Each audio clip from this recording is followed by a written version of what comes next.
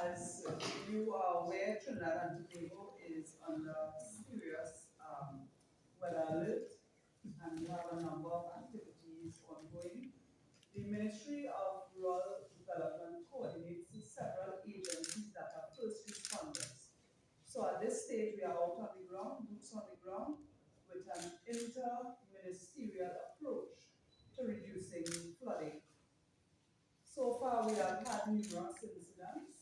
I have to bring down, there have been several reports of flooding. We have in the regions of Sandy Grande, in particular, we have the 18 reports of fallen trees, most of them in the Omartin and Sandy Grande region. We have 3 major landslides along the North Coast Road, some in Sour Lavender, was in the Blanchard Road in Piapo region. We have 2 completely collapsed roadways.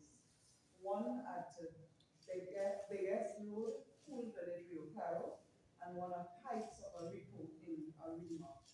We have dispatched engineering teams to make recommendations so that we can immediately make provisions for residents to access their homes. We have 8 reports of 8 damaged roofs in Port of Spain, Princeton, Siparia, and Rio Claro region. We had 1 fire incident in Princeton region amidst all of the rain. We have a lot of flooding in the Piapo region, St. Helena, Kelly Village, Caroni, Caparo, Manuel Congo, and the Piapo area. In the Sandy Grande region, Coal Mine, North Oropuch, Vega de Robuch, La Saiga Road.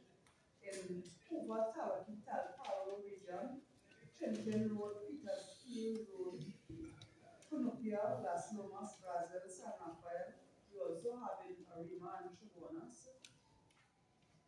I want to commend the Minister of Education. Last night, following a conversation with the Minister of Education, Dr. Michael Dowlett, the Ministry of Rural Development, and the Ministry of Education coordinated to ensure that transportation was available, to make sure that every student was able to attend school to sit CAPE exams despite widespread flooding.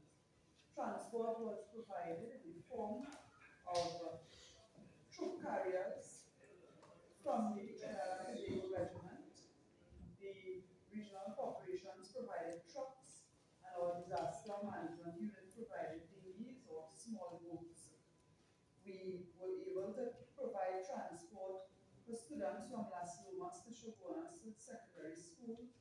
The Tunapuna Piapo Corporation Municipal Police provided escort for students from Tunupia to Lakshmi Girls and St. Francois Girls. The boats and trucks were deployed in the Pinal Bay